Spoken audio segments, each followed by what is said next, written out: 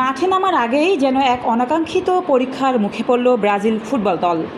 New ইয়র্কের আকাশে বৈরী আবহাওয়া ও বৃষ্টিতে থমকে গেল সেলেসাওদের যাত্রা। বিশ্বকাপের এই গুরুত্বপূর্ণ সময়ে কার্লো আনচেলত্তির শিষ্যদের পড়তে হলো এক অপ্রত্যাশিত ভোগান্তিতে।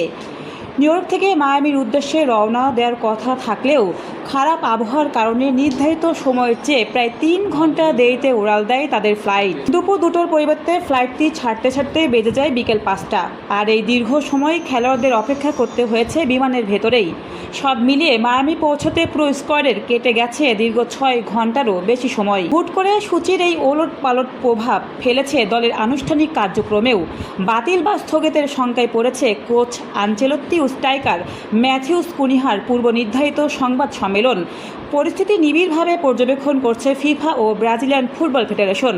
মাঠের লড়াই শুরু করার আগে প্রকৃতির এই ধাক্কা কাটিয়ে ওঠে নেইমার ভিনিসিয়াসটা কেমন পারফর্ম করে, এখন সেটাই দেখার বিষয়।